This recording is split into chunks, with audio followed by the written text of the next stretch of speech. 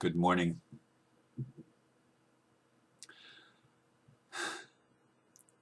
Yes, I'm starting at 3:33. I went to bed around 9 o'clock after I actually laid down around 8:30, fell asleep. Got a phone call 15 minutes later and was on the phone until 9 o'clock or so and went to bed a little bit after that a second time and slept for about 3 hours and finally got up at 2 o'clock, go to the meditation room, and then I went back to the computer and I'm not going to wait till 4:44. So just a bit of an explanation. Somebody asked how much sleep I get. Lately it's been about 3 hours at a time maximum.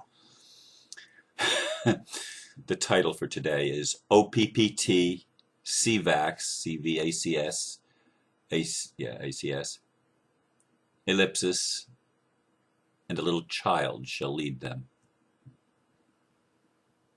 The OPPT and the CVACs provide for humanity a lawful foundation to reclaim our world.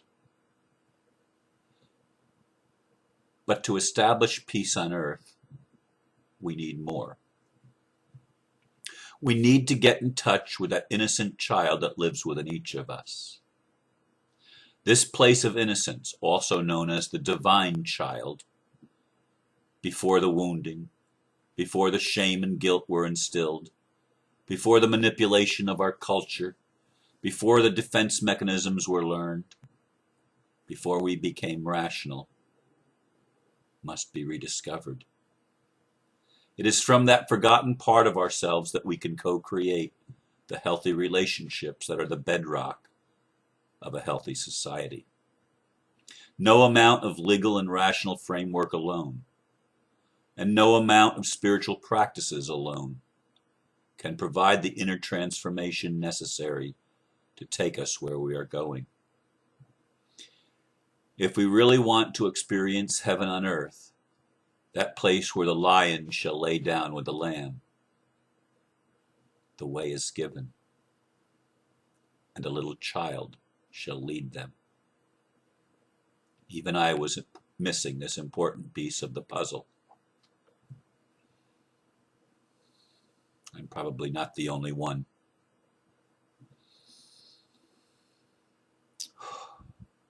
This was a level 2 workshop weekend for me. I almost didn't go because of all the legal things that I have to do. And I'm so grateful for the OPPT. I'm going to actually put it to practice, put it to use in my response. Noticing all of them with the courtesy notice, all of the other actors in the drama. And I have my work cut out for me and over the next couple of days to get that completed. But I did go to the workshop, and yesterday morning was the breakthrough. In every workshop, we're asked, what do you want to get out of the workshop? Why are you here?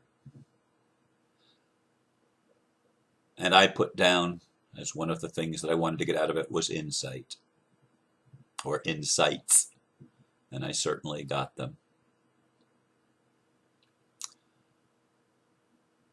As one of the ladies began sharing in the circle yesterday, some of her aha realizations. She realized that there was something in her crying out for more.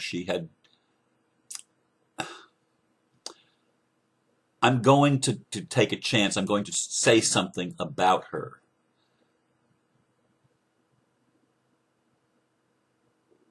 She recognized a life of addictions. And she replaced a spiritual addiction, or she replaced, I should say,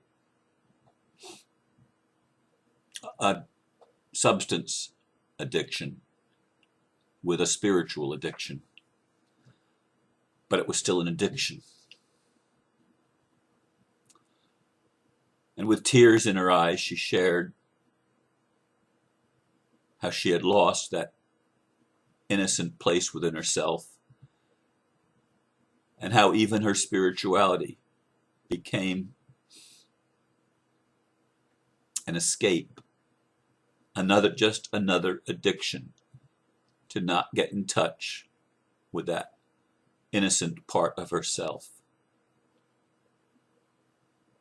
And then another person shared how her rationality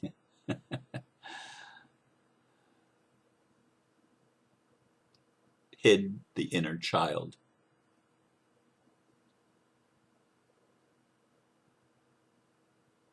And as these two ladies each shared, something was stirring deep within me.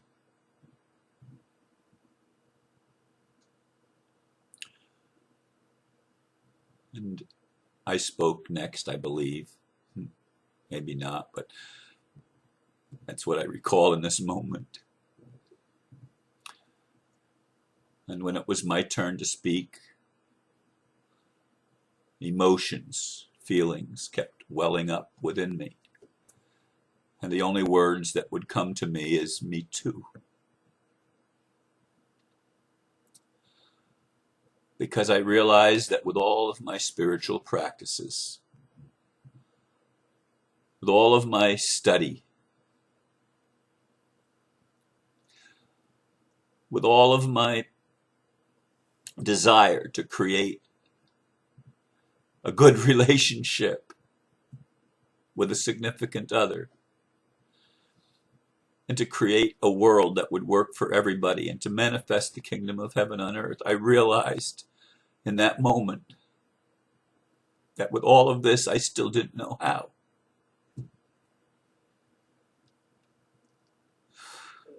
There's been lots of good things that I've learned, lots of good practices that I've experienced, but there was still something missing for me.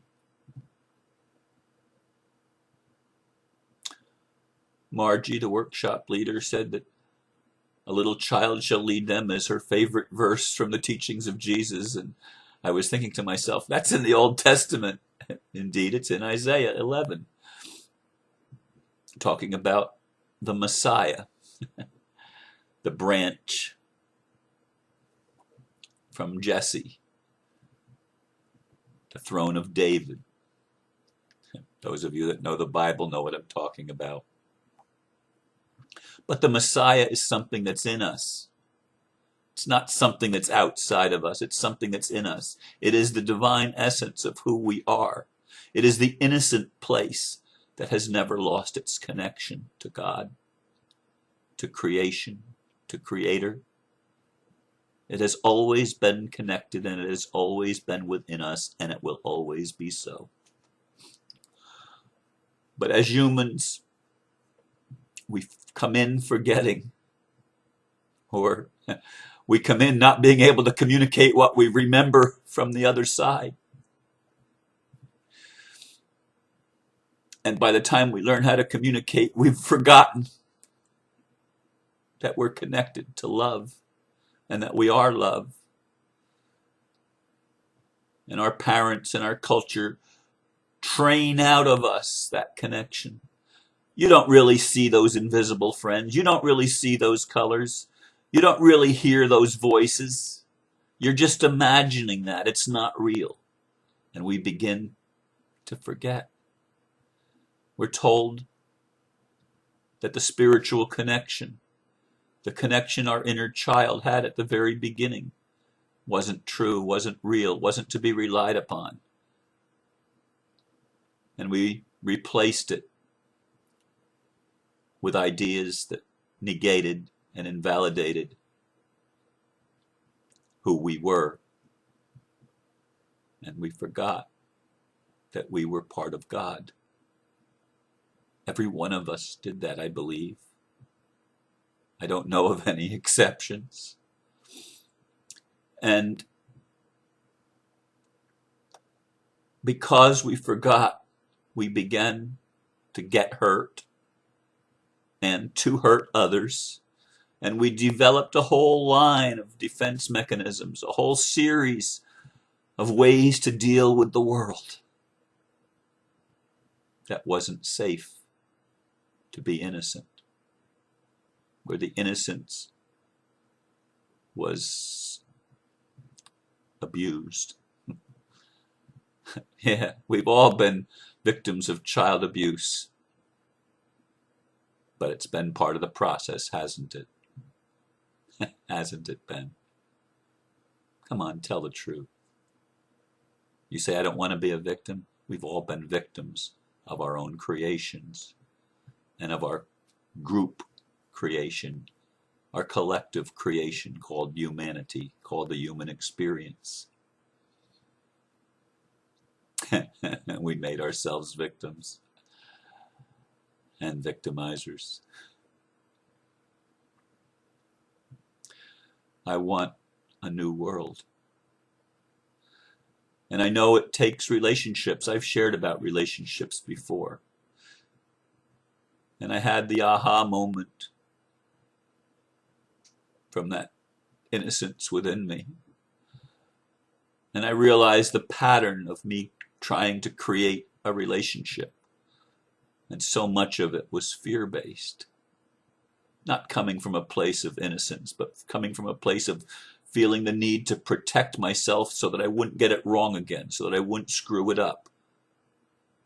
And in my last attempt with the lady from North Carolina, we both admitted early on that we've scared a lot of people away in our lives with our intensity. And it happened again. For me, I wanted to lay it out so that I knew exactly where I was going, and I wanted to make sure she wanted to go to that place.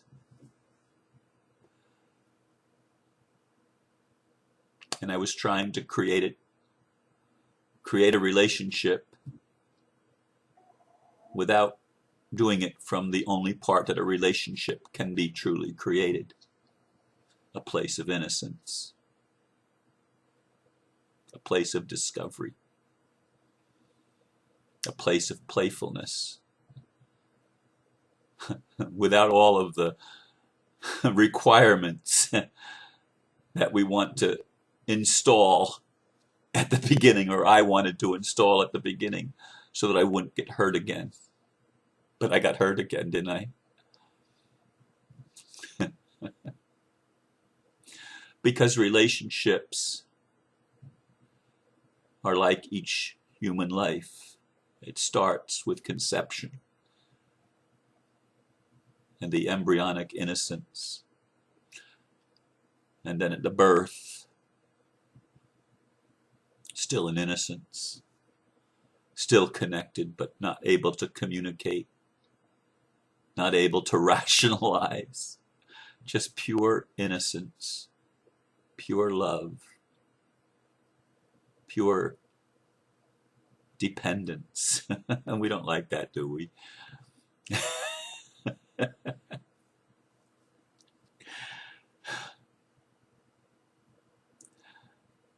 And I saw yesterday that the only way that I can create what I want in a relationship is the only way that any of us can create what we want in the world.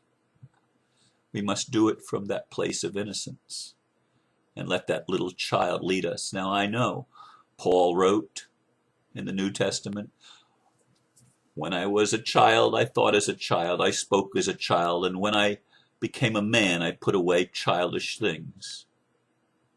That's brainwashing. Childish is one thing, innocence is another. When we cover up the innocence that we came into this planet with, when we lose that innocence, we become hardened. We become less than human, less than what we were intended to be in our creation. And the whole journey of the prodigal sons and daughters is to find our way home. And home is the place of innocence.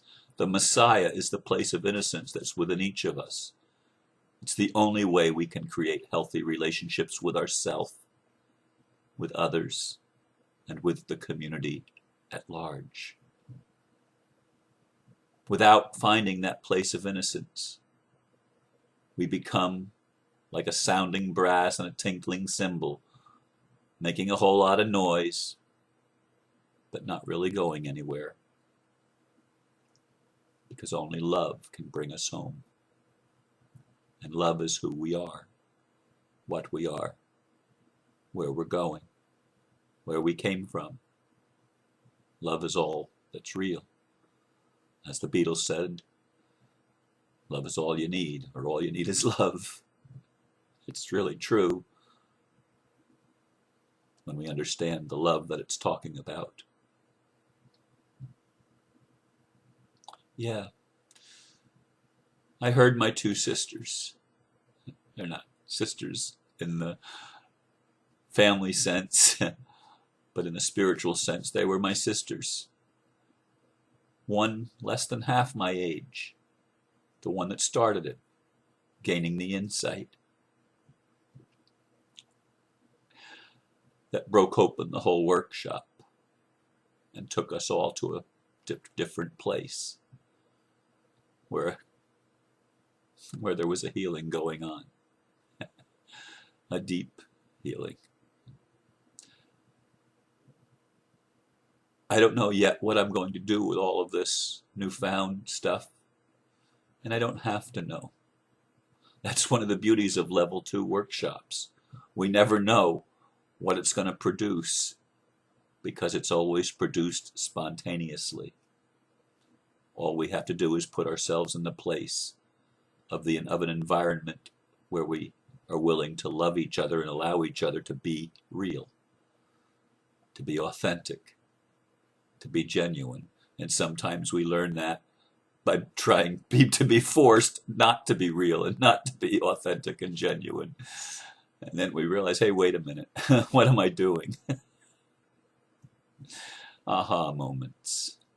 I pray that you'll have yours, and that you'll discover within yourself that place of beauty, that place of wisdom, that place of innocence, that divine child that knows what you want, knows what you need, and knows how to bring you home if you'll only seek and find that place in you.